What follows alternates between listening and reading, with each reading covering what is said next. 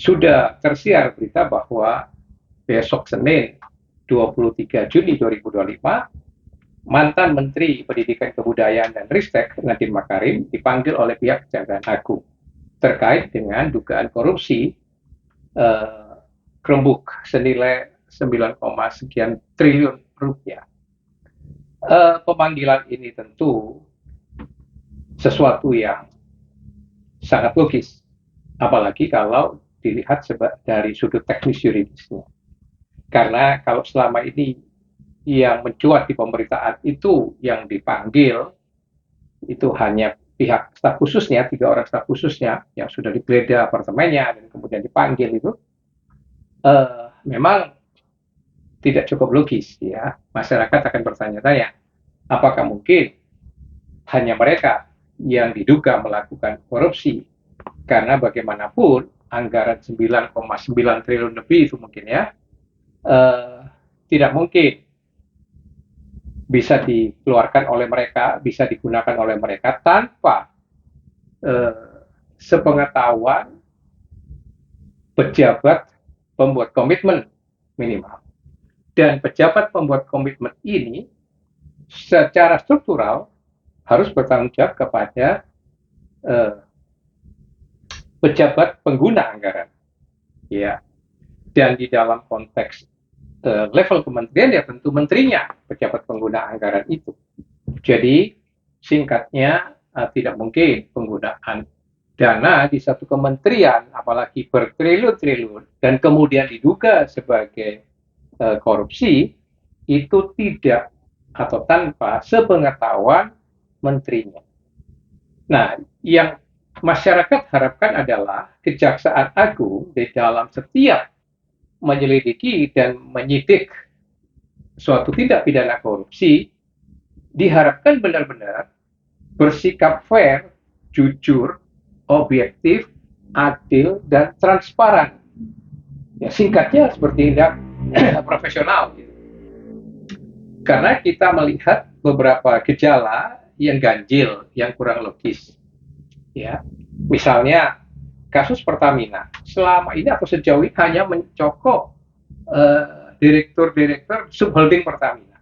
Padahal itu dilakukan bertahun-tahun dalam tingkat kerugian keuangan negara yang puluhan atau bahkan ratusan triliun. Ya, begitu juga dengan korupsi tambang timah misalnya yang katanya mencapai ratusan triliun itu hanya melibatkan seorang Harvey Muiz. Gitu. Ya, itu rasanya ketidakmasuk akalan yang serius. Gitu. Ya, juga misalnya kasus kreditnya Sritek. Gitu. Selama ini hanya mantan direktur utamanya Sritek saja itu yang terus-menerus diberitakan dipanggil. Lalu direktur dari pihak banknya itu atau pejabat banknya hanya 2 direktur bank daerah. Ya, kalau saya tidak salah Bank Jabar dan Bank DKI.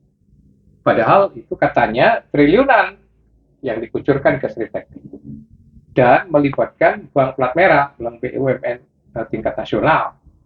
Ya, dalam kasus kredit sekali lagi tidak masuk akal kalau hanya si penerima kredit saja yang dicokok sebagai tersangka atau hanya level direktur bank daerah. Gitu. Karena kalau sudah kredit ratusan miliar, triliun bahkan, saya percaya itu sudah pasti keputusannya itu diambil di level pusat gitu.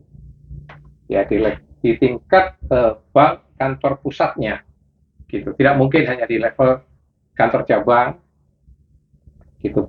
Bahkan keputusan kredit harus diambil oleh komite kredit.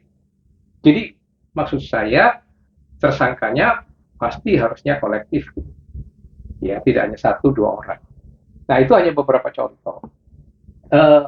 Sekarang kan Kejaksaan Agung sudah sangat naik daun dan bahkan di backup oleh TNI.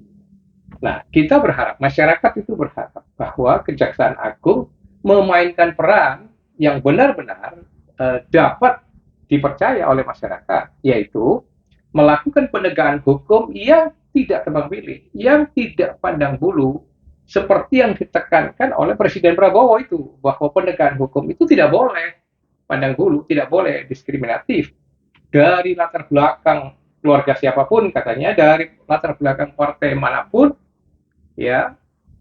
Bagi Presiden Prabowo, kalau itu terbukti melakukan korupsi harus ditindak dengan tegas tanpa tadeng aling-aling gitu, ya. Nah, saya mengharapkan bahwa semangat yang ada di pikiran dan hati Presiden Prabowo betul-betul dilaksanakan oleh aparat penegak hukum, dalam hal ini oleh pihak kejaksaan. Karena sekali lagi kejaksaan saat ini sudah sangat naik daun, sudah sangat dipercaya oleh masyarakat, ya, dan bahkan ditambah di backup oleh tentara. Kita semua mendukung itu, dan saya mengharapkan Kejaksaan Agung tidak mengecewakan harapan masyarakat, harapan Presiden Prabowo ini, yang di berbagai event dan di berbagai momen itu selalu menekankan tekadnya, komitmennya untuk memberantas korupsi dengan serius. Nah, kita harapkan apa yang dipidatokan Presiden Prabowo itu hanya tidak sekedar berhenti di orasi, tapi betul-betul ada aksinya yang nyata, dan itu harus dilakukan oleh APH-nya. Yang beliau pesankan dari semula kan, intelijennya harus diperkuat, gitu. Bukti-bukti harus diperkuat. Tetapi sekali itu didapat, tindakan penegakan hukum tidak boleh setengah-setengah dan tidak boleh tebang pilih, tidak boleh pilih kasih, tidak boleh menutupi atau memblokir hanya di layer tertentu.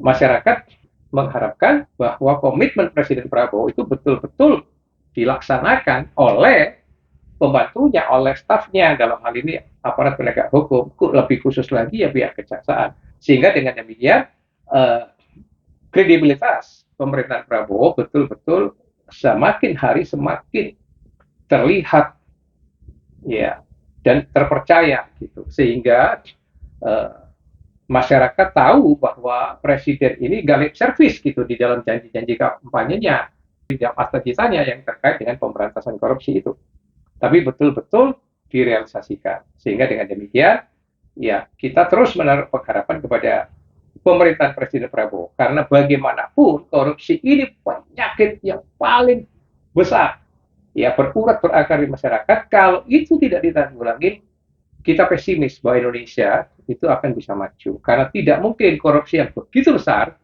ya, yang memakan ribuan triliun dari APBN itu kalau tidak ditanggulangi dengan serius, tidak diperangi dengan serius, ya, saya kira tidak masuk akal, tidak mungkin program-program pemerintahan di dalam mengentaskan kemiskinan, di dalam mengentaskan pengangguran, di dalam mengentaskan kebodohan itu bisa terwujud. Itu catatan saya, dan salam merah putih.